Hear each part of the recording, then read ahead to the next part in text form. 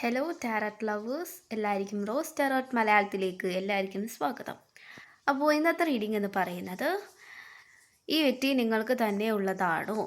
Okay, അപ്പോൾ നിങ്ങളുടെ പേഴ്സണെ നിങ്ങൾ മനസ്സിൽ ഓർത്തുകൊണ്ട് ഈ റീഡിംഗ് കാണുക. അപ്പോൾ നമുക്ക് റീഡിങ്ങിലേക്ക് കിടക്കാം.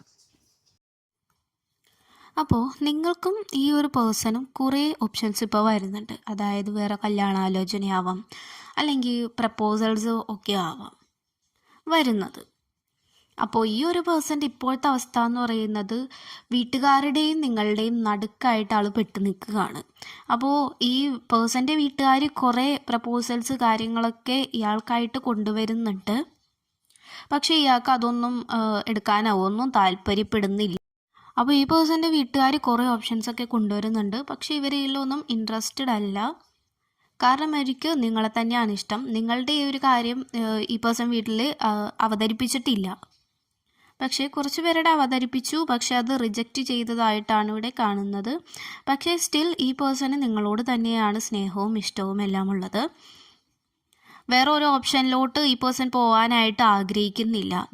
നിങ്ങൾ ഈ പേഴ്സൻ്റെ കൂടെ എപ്പോഴും ഉണ്ടായിട്ടുണ്ട്. അപ്പോൾ നിങ്ങൾ തന്നെ എന്നും മതി എന്നുള്ള ഉറച്ച ഒരു തീരുമാനത്തിലാണ് ഇപ്പോൾ ഈ പേഴ്സൺ നിൽക്കുന്നത്. ആൻഡ് ഈ പേഴ്സൻ്റെ മദർ ആയിരിക്കാം. ഒരു തേർഡ് പാർട്ടിയുടെ ഒരു ഇത് കാണിക്കുന്നുണ്ട്, ഒരു സ്ത്രീയുടെ എനർജി തന്നെയാണ്. അപ്പോൾ ഇവർ ഈ ഒരു റിലേഷൻഷിപ്പിൽ നിന്ന് ഈ ഒരാളെ പിന്തിരിപ്പിക്കാനായിട്ട് വല്ലാതെ ശ്രമിക്കുന്നുണ്ട്. പക്ഷേ നിങ്ങളുടെ പ്രാർത്ഥന കൊണ്ടാവണം. ഈ പേഴ്സൺ അങ്ങനെ ഒന്നും തോന്നുന്നില്ല. എന്തൊക്കെ സംഭവിച്ചാലും നിങ്ങളെ തന്നെ കല്യാണം കഴിക്കൂ, നിങ്ങളെ തന്നെ സ്വീകരിക്കൂ എന്നുള്ള ഒരു വിശ്വാസത്തിലും ഉറച്ചു നിൽക്കുകയാണ് ഈ വ്യക്തി. അതേപോലെ തന്നെ ഈ വ്യക്തിയുടെ വീട്ടുകാരെന്ന് പറയുന്നത് ഭയങ്കര ദൈവവിശ്വാസമുള്ളവരാണ്. അതായത് ഇപ്പോൾ ജാതകം അങ്ങനെയുള്ള കാര്യങ്ങളിലൊക്കെ വിശ്വസിക്കുന്ന ആൾക്കാരാണ്. അപ്പോൾ അത് റിലേറ്റഡ് ആയിട്ടുള്ള പ്രശ്നമാണ് ഇപ്പോൾ ഇവിടെ കാണുന്നത്. പക്ഷേ ഈ ഒരു പേഴ്സൺ അതിലൊന്നും ബോധേഡല്ല. എന്തൊക്കെ ആയാലും നിങ്ങളെ തന്നെ സ്വീകരിക്കൂ, നിങ്ങളെ തന്നെ കല്യാണം കഴിക്കൂ എന്ന് ഉറച്ചാണ് ഈ പേഴ്സൺ നിൽക്കുന്നത്. അപ്പോൾ നിങ്ങളുടെ കാര്യം കൂടുതലായിട്ട് ഈ പേഴ്സൺ പ്രസ് ചെയ്ത് വീട്ടിൽ പറയുന്നുണ്ടെങ്കിൽ പോലും അവരാരും അത് ശ്രദ്ധിക്കുന്നോ ഒന്നുമില്ല. പക്ഷെ എന്തൊക്കെ സംഭവിച്ചാലും ഇതിൽ നിന്നൊരു പിന്തിരിയാനായിട്ട് ഈ പേഴ്സൺ ഒരു മനസ്സും കാണിക്കുന്നില്ല എന്നുള്ളതാണ്. അപ്പോൾ ഇവിടെ നമുക്ക് യൂണിവേഴ്സ് കാർഡ് കിട്ടിയിട്ടുണ്ട്. അപ്പോൾ ഈ പേഴ്സന് വേണ്ടിയിട്ട് നിങ്ങൾ കുറേ കരഞ്ഞിട്ടുണ്ടാവാം. നിങ്ങൾ വീട്ടിൽ കുറേ പ്രശ്നങ്ങൾ ഈ പെരുമ്പറഞ്ഞ് ഉണ്ടാക്കിയിട്ടുണ്ടാവാം. വളരെ ആഗ്രഹിച്ച ഒരു പ്രണയബന്ധമാണ് ഇത് എന്ന് നിങ്ങൾക്കറിയാം. അത് നിങ്ങളുടെ ആൾക്കും അറിയാം. അപ്പോൾ നിങ്ങൾ ഈ പേഴ്സണെ ആഗ്രഹിക്കുന്നുണ്ട് വളരെയധികമായിട്ട്. എപ്പോഴും ഇത് ഓർത്ത് നിങ്ങൾ കരയാറുണ്ട്. അപ്പോൾ ഇവിടെ യൂണിവേഴ്സൽ കാർഡ് നമുക്ക് കിട്ടിയിരിക്കുന്നത് എന്താണെന്ന് വെച്ച് കഴിഞ്ഞിട്ടുണ്ടെങ്കിൽ നിങ്ങൾ ആഗ്രഹിക്കുന്നത് എന്താണോ അത് നിങ്ങൾക്ക് ലഭിക്കുവാൻ പോകുന്നു. ഓക്കെ, യൂണിവേഴ്സ് അത് ബ്ലെസ് ചെയ്ത് നിങ്ങൾക്ക് തരാൻ പോകുന്നു.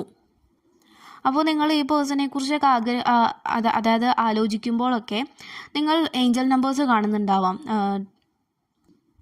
777 കാണുന്നുണ്ടാവാം, പിന്നെ 1111 ഒക്കെ നിങ്ങൾ കാണുന്നുണ്ടാവാം ഏഞ്ചൽ നമ്പേഴ്സ്. പിന്നെ അതേപോലെ തന്നെ റിങ്, അതായത് നമ്മളുടെ മോതിരം, അതൊക്കെ ഇല്ലേ. അപ്പോൾ ഇതൊക്കെ ഒരു സൈനാണ്. ഈ പേഴ്സണെ കുറിച്ച് ചിന്തിക്കുമ്പോൾ നിങ്ങൾ ഇതൊക്കെ കാണുന്നുണ്ടെങ്കിൽ തീർച്ചയായിട്ടും ഇതൊരു സൈനാണ്. അപ്പോൾ നിങ്ങൾ കുറച്ചും കൂടി ഒന്ന് വെയിറ്റ് ചെയ്യേണ്ടതുണ്ട്. കാരണം ഈ ഒരു സാഹചര്യം മാറണം. നിങ്ങൾക്ക് ഈ പേഴ്സണിലോട്ട് വീണ്ടും അടുക്കാനുള്ള ആ ഒരു അവസരവും ഒക്കെ നിങ്ങൾക്ക് ലഭിക്കണമല്ലോ. അപ്പോൾ നിങ്ങൾ വെയിറ്റ് ചെയ്യേണ്ടതായിട്ടുണ്ട്. അപ്പോൾ മുന്നേ വീട്ടുകാർ തമ്മിലൊക്കെ വാക്കുതർക്കം അങ്ങനെയുള്ള കാര്യങ്ങളൊക്കെ നിങ്ങൾ തമ്മിൽ ഉണ്ടായിട്ടുണ്ടെങ്കിൽ ഇപ്പോൾ അതൊക്കെ മാറുന്നൊരു സാഹചര്യവും കൂടി വന്നിട്ടുണ്ട്. കാരണം നിങ്ങൾ രണ്ടുപേരും ഇതിൽ സ്ട്രോങ് ആയിട്ട് നിൽക്കുന്നുണ്ട്. ഈ ഒരു റിലേഷൻഷിപ്പ് മുന്നോട്ട് കൊണ്ടുപോകാൻ തന്നെയാണ് തീരുമാനിച്ചിട്ടുള്ളതെങ്കിൽ തീർച്ചയായിട്ടും നിങ്ങൾക്കിത് മുന്നോട്ട് കൊണ്ടുപോകാൻ സാധിക്കും. ഇപ്പോൾ പഴയ കാര്യങ്ങൾ ഒന്നും എടുത്തിടേണ്ട കാര്യമില്ല. കാരണം നിങ്ങൾ തമ്മിൽ പല രീതിയിലുള്ള വാക്കുതർക്കവും പ്രശ്നങ്ങളൊക്കെ ഉണ്ടായിട്ടുണ്ട്. അതായത് വീട്ടിൽ സമ്മതിക്കാത്തതിൻ്റെ പേരിൽ അങ്ങനെ കുറേ കാര്യങ്ങളുടെ പേരിൽ നിങ്ങൾ തമ്മിൽ പ്രശ്നങ്ങളുണ്ടായിട്ടുണ്ട്. അപ്പോൾ നിങ്ങളങ്ങനെയൊക്കെ വിഷമിപ്പിച്ചതിൽ ഈ പേഴ്സൺ ഇപ്പോൾ വിഷമിക്കുന്നുണ്ട്. മനസ്സിൽ അതൊരു ഭാരമായിട്ട് കൊണ്ടടക്കുന്നുണ്ട്. കാരണം നിങ്ങൾ കാരണം, അതായത് ഇവർ കാരണം നിങ്ങൾ കരഞ്ഞല്ലോ എന്നുള്ളൊരു ചിന്തയും ഈ പേഴ്സൻ്റെ ഉള്ളിലുണ്ട്. അപ്പോൾ ആ ഒരു മിസ്റ്റേക്സ് ഒന്നും ഇനിയും റിപ്പീറ്റ് ചെയ്യാതിരിക്കാനായിട്ട് ഈ പേഴ്സൺ ശ്രമിക്കുന്നുണ്ട്. അപ്പോൾ ആ ഒരു മിസ്റ്റേക്സ് എല്ലാം ഈ പേഴ്സൻ്റെ മനസ്സിലൊരു വിങ്ങൽ പോലെ ഇങ്ങനെ കൊണ്ടടക്കുകയാണ്. എല്ലാത്തിനും ഈ പേഴ്സൺ ദൈവത്തോട് ക്ഷമ ചോദിക്കുന്നുണ്ട്. ഇവർക്ക് നിങ്ങളെ തന്നെ മതി എന്നൊരു തീരുമാനത്തിലേക്ക് ഇവർ എത്തുന്നുണ്ട്. ഇവർ നിങ്ങളെ ആഗ്രഹിക്കുന്നുണ്ട്. നിങ്ങളും ഈ പേഴ്സണെ വല്ലാതെ ആഗ്രഹിക്കുന്നുണ്ട്. അപ്പോൾ തീർച്ചയായിട്ടും ഇവർ നിങ്ങളിലേക്ക് തന്നെ മടങ്ങി വരും. അപ്പോൾ ഈ പേഴ്സൺ തിരിച്ചു വന്നാൽ തന്നെ പഴയ കാര്യങ്ങളൊന്നും എടുത്തിടാതെ ഒരു പുതിയൊരു തുടക്കമായി കണ്ട് ഈ ഒരു റിലേഷൻഷിപ്പിനെ സ്ട്രോങ് ആക്കി പഴയ മിസ്റ്റേക്സ് ഒന്നും വീണ്ടും വരുത്താത്ത രീതിയിൽ മുന്നോട്ട് കൊണ്ടുപോകാൻ തന്നെ നിങ്ങൾ ശ്രമിക്കണം. പഴയ ആർഗ്യുമെൻറ്റ്സ് കാര്യങ്ങൾ ഒന്നും നിങ്ങൾ റിപ്പീറ്റ് ചെയ്യാനായിട്ട് ശ്രമിക്കരുത്. പഴയ കാര്യങ്ങൾ അത് അവിടെ കളയുക. പുതിയൊരു ജീവിതം ബിൽഡ് ചെയ്ത് നിങ്ങൾ എടുക്കാനായിട്ട് ശ്രമിക്കണം.